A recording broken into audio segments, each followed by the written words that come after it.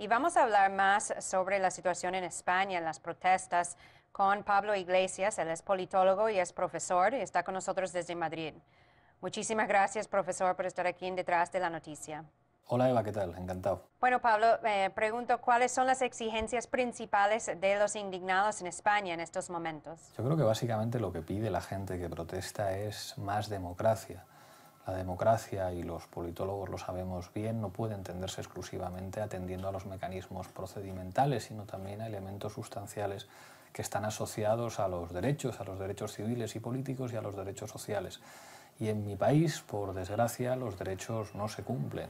El gobierno de este país mintió en sus promesas electorales y estamos viendo que en las últimas semanas está respondiendo a las manifestaciones y a las protestas de la gente, reprimiéndolas. Se habla incluso de limitar el derecho de manifestación. Si hay una palabra que sirve para denominar el conjunto de exigencias de los indignados de diferente carácter, los indignados de la marea blanca que defienden la sanidad pública, los de la marea verde que defienden la educación, la plataforma de afectados por la hipoteca que defiende que no se puede echar a las familias de sus casas y han hecho una iniciativa legislativa popular para que les atienda el Parlamento, lo que piden en última instancia es más democracia y no la están obteniendo. Y el desempleo sigue siendo muy alto en España, aumentando cada día más. ¿Qué va a suceder si el gobierno no toma medidas para controlar esta situación? Pues que siga sucediendo lo que ya ocurre, que los jóvenes se van, y se van porque les echan. El día de ayer Juventud Sin Futuro llevó a cabo una importante movilización que tuvo réplicas además en varios países del mundo, en los que emigrantes españoles salieron a protestar también. Lo mejor de nuestra juventud se ve obligada a emigrar buscando condiciones de trabajo mejores.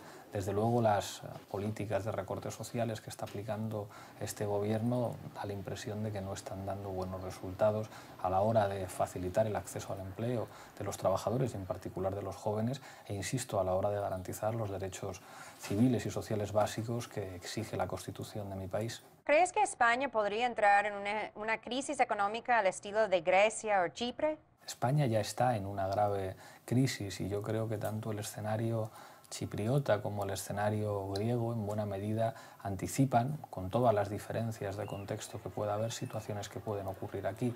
Estamos ante una crisis económica que ha generado una crisis política que algunos en mi país definen como una crisis de régimen, y los estudios de opinión y los niveles de intención de voto a los principales partidos del régimen político español están por los suelos. Creo que la crisis política que vimos en Grecia y lo que está por venir en Chipre puede darse perfectamente en este país, en forma además de cambios políticos sustanciales que podrán ir en una dirección democrática o en una dirección autoritaria. Lo he dicho algunas veces, el debate que tenemos en estos momentos en Europa es un debate entre autoritarismo y democracia, el autoritarismo de las instituciones internacionales, el autoritarismo de la troika europea y de ciertos intereses alemanes frente a la democracia que implica la recuperación soberana de los países y de los ciudadanos. Y por último, pregunto, profesor, si ves alguna solución a la situación en España y con los indignados, los manifestantes, o van a continuar las protestas hasta lograr un cambio de gobierno.